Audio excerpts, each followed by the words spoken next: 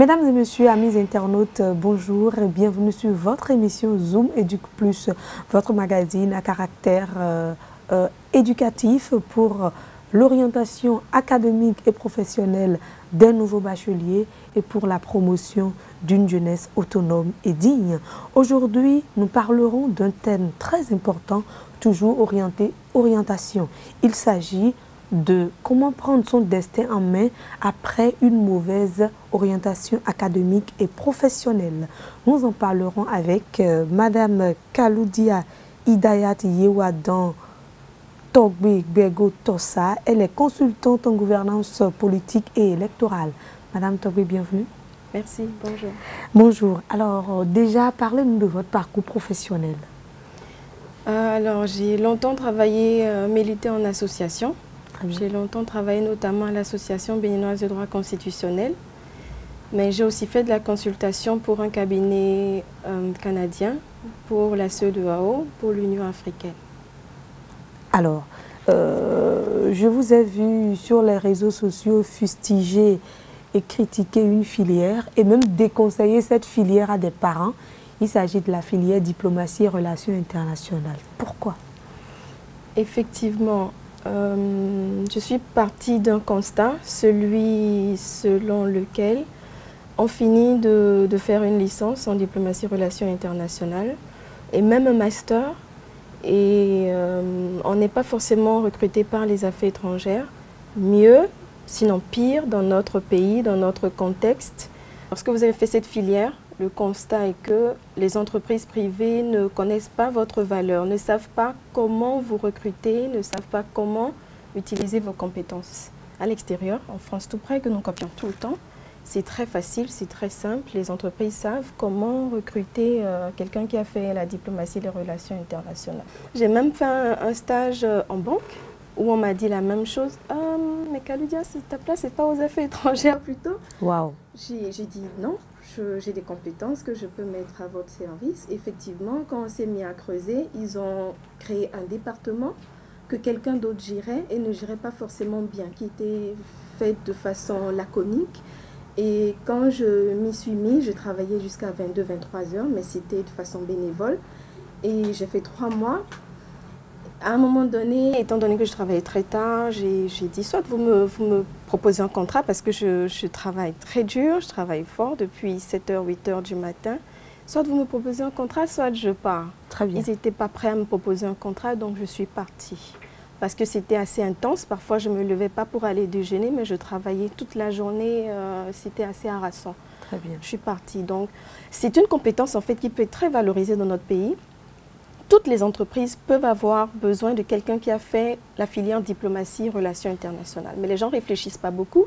Donc, à la fin, on vous dit, vous devez être aux affaires étrangères. Sauf que quand moi, je finissais ma licence déjà en 2007, la politique du gouvernement, c'était de cesser de recruter les jeunes et de reprendre les retraités. Très bien. Parce que ça leur revenait moins cher de prendre un retraité qui maîtrise déjà le système.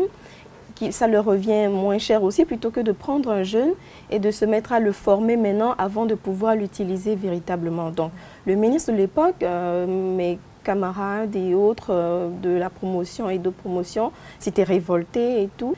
Jusqu'à aujourd'hui, on n'a pas vraiment de statistiques au Bénin, c'est dommage, mais je suis convaincue qu'on a recruté à peine 3 personnes par an. En tout cas, c'est le constat. Promotion après promotion. Et pourtant, vous avez un minimum de 50 personnes chaque année qui entrent dans la filière diplomatie et relations internationales, parfois sont 15 et plus. Et ils finissent chômeurs, c'est ça? Ils finissent tous chômeurs. Il y en a avant moi, il y en a de ma promotion, il y en a après moi qui sont au chômage aujourd'hui ou qui font des choses qui vous font avoir un pincement du cœur quand vous savez que c'était des personnes très compétentes qui travaillaient. Ce n'étaient pas des paresseux. C'est pas que la volonté n'y est pas. Mais c'est les ouvertures, c'est les opportunités, c'est l'information qui manque. Donc, je me dis à un moment donné, il faut réveiller les parents. Parce que samedi dernier, encore un parent est venu me voir, mon enfant veut faire la diplomatie et relations internationales. J'ai ri parce qu'ils ont justement lu mon post, je les connaissais de nulle part. Mais ils m'ont écrit inbox sur les réseaux sociaux. Très bien. Et on s'est donné rendez-vous. Je les ai vus, j'ai souri, j'ai dit... Si votre enfant doit faire des RI, si vous y tenez, dites-lui clairement qu'il a deux options. Soit il finit la licence et il se met à son propre compte, il voit ce qu'il a comme potentialité, il voit ce qu'il a comme valeur, il voit ce qu'il a comme passion. Il crée un cabinet. Il crée un cabinet, il s'y met et vous, parents, vous l'accompagnez. Parce que quand on a 18 ans, quand on a 23 ans, ce n'est pas évident de se lancer en entreprise, on est perdu, etc. Donc, vous l'accompagnez.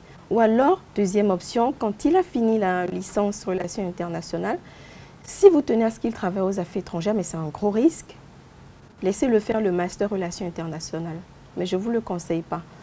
Aidez-le plutôt à aller faire une autre spécialité pour qu'il ait différentes compétences voilà, pour pouvoir servir aussi bien dans le public que dans le privé. Comme ça, s'il arrive à déposer ses dossiers quelque part, que ça ne marche pas, ça ne fonctionne pas, s'il passe le concours des affaires étrangères, que ça ne fonctionne pas, il pourra toujours aller ailleurs. Mais ne le laissez pas faire la même erreur que moi, la licence Relations internationales, le master Diplomatie Relations internationales. Après, on passe le concours sur un certain régime et puis on prend des personnes d'une certaine tendance.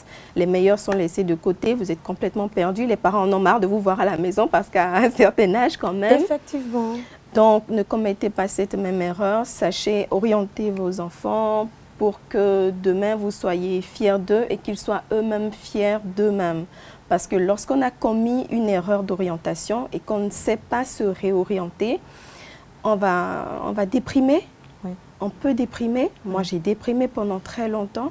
Et c'est pas toujours gai, c'est pas du tout gai. Alors, Madame Kaloudi Atogbe, dites-moi, qu'est-ce qui vous occupe professionnellement aujourd'hui?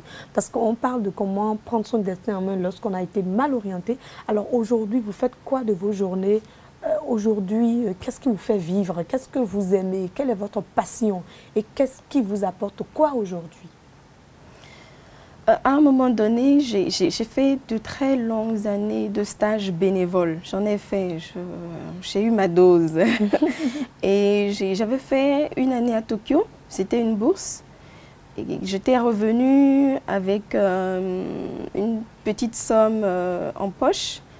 Et donc, c'est cette somme qui m'a permis, parce que j'étais plus avec les parents, c'est cette somme qui m'a permis de payer mes allers-retours pendant les stages. J'ai cessé d'aller au stage le jour où je me suis rendu compte que j'avais plus rien en poche pour payer mon transport pour le stage. Voilà. J'ai dû dire, je suis désolée, j'y peux plus rien, je ne peux pas emprunter de l'argent pour aller au stage, je n'ai plus de fonds pour me déplacer, je suis au regret de vous dire que je ne peux pas continuer. Et ce jour-là, il fallait faire autrement. Je suis restée une semaine à la maison, la deuxième semaine, ça ne pouvait pas continuer.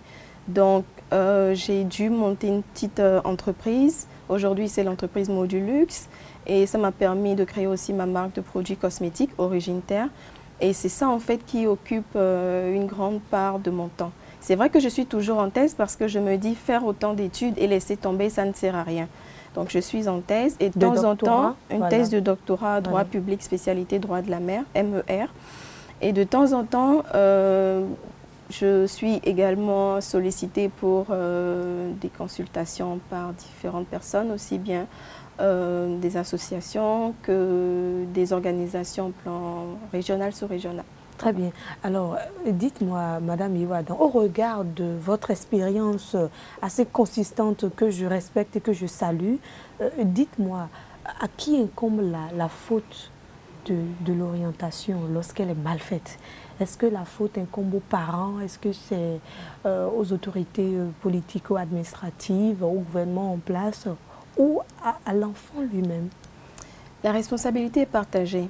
Je dirais que c'est la responsabilité aussi de l'enfant à partir du moment où il n'a pas accès à Internet, à partir du moment où il n'a pas accès à une bibliothèque qui lui permette de lire. Et de découvrir. De découvrir, d'avoir accès à des informations, de voir ce qui se fait ailleurs. Je lisais encore sur les réseaux sociaux tout à l'heure, une petite fille, enfin c'est aux États-Unis, de 11 ans qui a créé son entreprise. Si vous n'avez pas accès aux réseaux sociaux, vous ne pouvez pas voir ça, ça ne peut pas vous donner. Moi, personnellement, j'ai ma marque de produits cosmétiques, ça fait un bon bout de temps, mais ça ne m'empêche pas de m'inspirer de ce genre de situation, de m'inspirer de ce genre de personnes, même quand c'est des plus jeunes. Elle a 11 ans, mais elle a sa petite entreprise. Il y en a qui sont plus jeunes, il y en a qui sont beaucoup plus âgés. La semaine dernière, j'ai découvert une autre. Elle est à Dakar, elle a 32 ans, elle a la tête d'une grosse entreprise qui brasse des milliards de francs CFA par année. Un enfant qui n'a pas accès à ces informations ne peut pas savoir, ah tiens, je peux le faire, je peux y arriver, je peux m'inspirer de ces personnes. Faut rêver. Purée, vendre du poisson, ça peut me rendre millionnaire. Quelqu'un qui n'a pas accès à des réseaux sociaux, on va lui dire, moi personnellement en famille, je n'ai pas forcément été accompagnée parce que tu as 3 masters, et puis tu te mets à vendre des produits cosmétiques, tu te mets à faire ce que je suis en train de faire, on ne vous accompagne pas. Au contraire, c'est comme si vous dévalorisez, c'est comme si vous honnissez un peu votre famille. Donc si vous n'avez pas le courage de supporter tout ça et de leur dire, ayez la patience, d'ici 1 an, vous verrez, je vais vous rendre fier, ça ne va pas marcher. Donc l'enfant, quand il a accès aux réseaux sociaux, c'est un peu sa responsabilité s'il ne le fait pas. Les parents ont une grosse responsabilité également, parce qu'il ne faut pas... Les temps ont changé. Avant, vous finissez vos études, directement le gouvernement vous recrute. Aujourd'hui, ce n'est plus le cas. Vous avez beau avoir une tonne de diplômes, ça ne vous sert absolument à rien si une entreprise ne veut pas vous recruter ou si vous ne vous prenez pas en charge. Oui. S'il n'y a personne pour vous accompagner, pour vous le dire, pour vous dire, écoutez, vendre du poulet, avoir ta petite ferme, faire de la transformation, vendre même des aloe vera, rien que ça, ça peut te rendre riche, ça peut te valoriser, ça peut te permettre d'avoir une entreprise.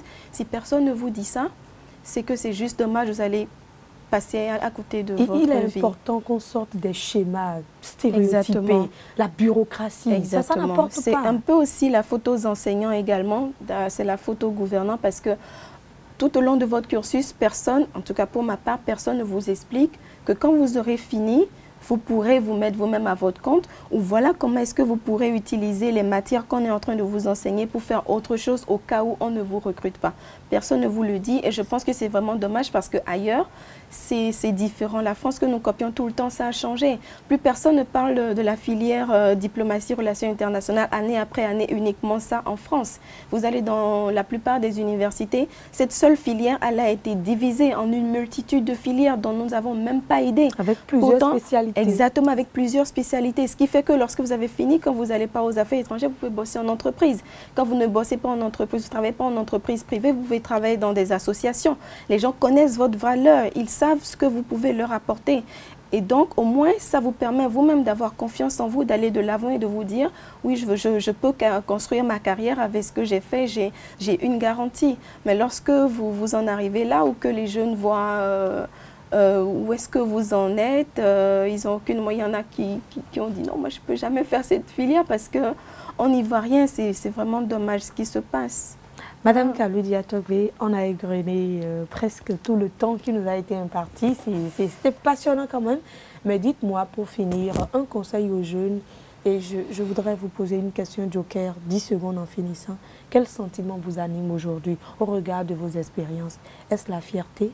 Est-ce la déception ou est-ce de l'irritation? Est-ce que vous êtes en colère après quelqu'un ou bien vous avez dit j'ai fait mon expérience, je me donne de l'énergie pour continuer et aller de l'avant? Sentiment de fierté à 200%. Formidable. Parce qu'après tout ça, je me suis rendu compte que je pouvais booster mon profil. Je n'arrête pas de le faire. Demain matin, je vais le faire encore. Tous les jours, je le fais. Ça me permet d'aller de l'avant. Sentiment de fierté aussi parce que grâce à Origine Terre, aujourd'hui, je me rends compte que j'ai de la valeur. Mieux, les produits que nous fabriquons avec cette marque, ils sont 100% naturels. Nous apportons quelque chose d'incroyable aux gens. Des femmes sont venues me voir avec des problèmes de peau que nous avons réussi à résoudre. Parfois, les gens nous prennent en dérision parce que quand vous avez fait la facture, c'est de 8 000, c'est de 15 000. On nous dit, vous foutez de moi ou quoi? Les 4 dernières années, j'ai dépensé 3 millions. Des parents sont venus nous voir très riches pour leur enfant qui avait de gros problèmes de peau. Ils sont allés chez des dermatologues. Ça n'a rien donné. Pendant 4 ans, pendant 5 ans, des gens leur avaient même dit que c'était des cancers de peau. Ils sont venus chez nous. La facture ne dépasse jamais 18 000 francs pour les produits naturels que nous fabriquons. 3 mois après, c'est fini. Formidable. Franchement, sentiment de fierté parce que nous apportons un plus aux gens et c'est avec des produits naturels. Les 95% des produits que nous utilisons sont fabriqués localement. C'est de la matière première que nous avons localement. Sinon, c'est à Abidjan pour les produits que nous n'avons pas localement.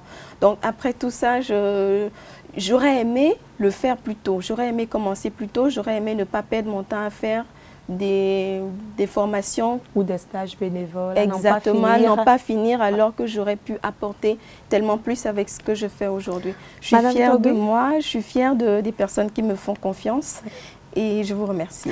Mesdames et messieurs, nous avons continué à parler de l'orientation aujourd'hui et nous avons abordé la question sous l'angle de traitement destin, comment prendre son destin en main lorsque on a été mal orienté. Cela voudrait dire que l'espoir est permis quand on ne réussit pas son orientation académique et professionnelle et qu'on perd des années à l'université.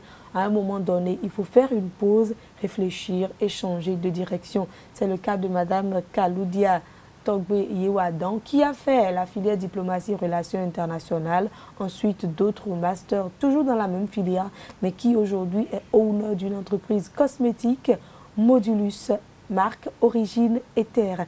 Mesdames et messieurs, merci de votre attention. On se donne rendez-vous mardi prochain pour un autre numéro de Zoom Éduque Plus. Contactez-nous au 97 22 96 46 si vous avez quelque chose à apporter à l'éducation de la jeunesse béninoise. Au revoir.